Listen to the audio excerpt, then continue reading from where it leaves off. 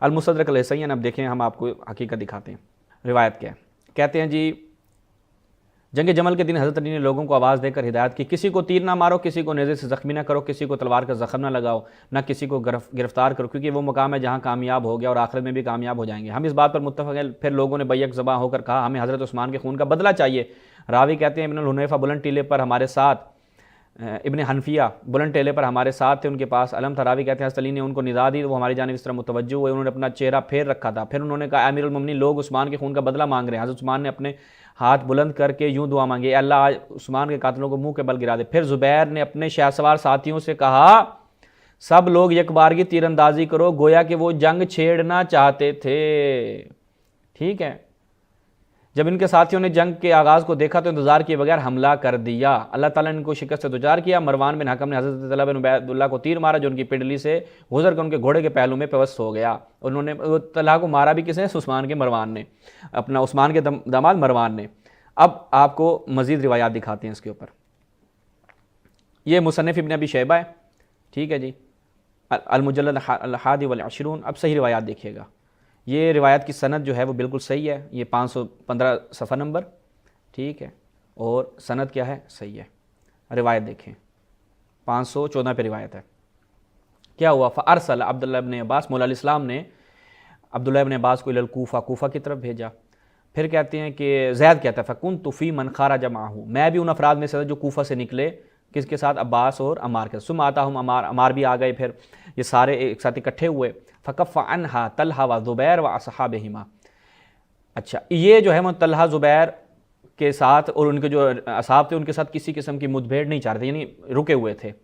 ودعاہم، اور ان کو بلا رہے تھے، یعنی ان کے ساتھ صلح چاہ رہے تھے۔ حتی بدعوہ، حتیٰ کہ طلحہ و زبیر لوگوں نے جنگ کی ابتدا کر دی۔ فقاتلہم بعد صلاۃ الظہر، اور ان کے ساتھ یہ جنگ جو ہے وہ ظہر تک جاری رہی۔ اچھا آگے دیکھیے گا، ہم آپ کو ایک اور روایت دکھاتے ہیں۔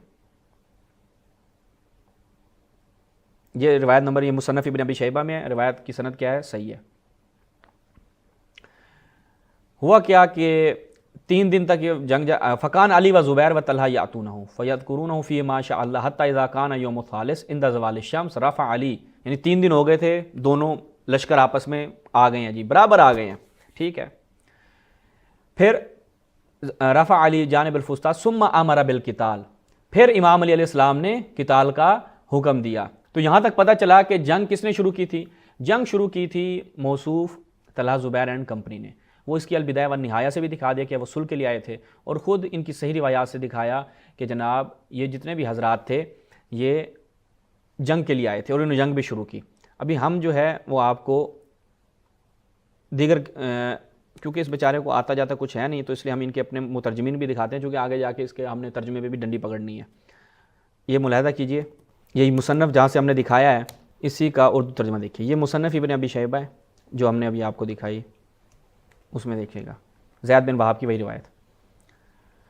کہتے ہیں کہ پس علی تشریف لائے، ذی کار کے مقام پر آ گئے، عبداللہ ابن عباس کو کوفہ بھیجا، کوفہ والوں نے پیش و پس سے کام لیا، پھر عمار کوفہ والوں کے پاس آئے، پھر کوفہ والے نکل پڑے۔ زید کہتے ہیں میں بھی انہی لوگوں میں شامل تھا جو حضرت عمار کے ساتھ نکلے تھے۔ پس حضرت علی نے طلحہ زبیر ان کے ساتھیوں سے ہاتھ روک کے رکھا اور ان کو حق کی طرف بلایا، یہاں تک کہ انہوں نے خود ہی لڑائی کی ابتدا کی، یہاں تک کہ انہوں نے طلحہ زبیر نے خود ہی، انہوں نے ہاتھ روک کے رکھا، کس نے؟ حضرت عمار نے، حضرت عبداللہ ابن عباس نے، لیکن انہوں نے خود ہی لڑائی شروع کی۔ اس کے بعد زہر کے بعد قتال کیا، سورج غروب نہیں ہوا تھا، اور یہ کہتے ہیں راتوں رات جنگ چھٹ گئی ہے، اپنی طرف سے سٹوریاں گھڑی جا رہے ہیں، راتوں رات دن کی روشنی میں جنگ ہو رہی ہے، یہ کہتا ہے وہ جناب راتوں رات جنگ چھٹ گئی تھی۔ سبحان اللہ، کیا کہنے بھائی اس کے۔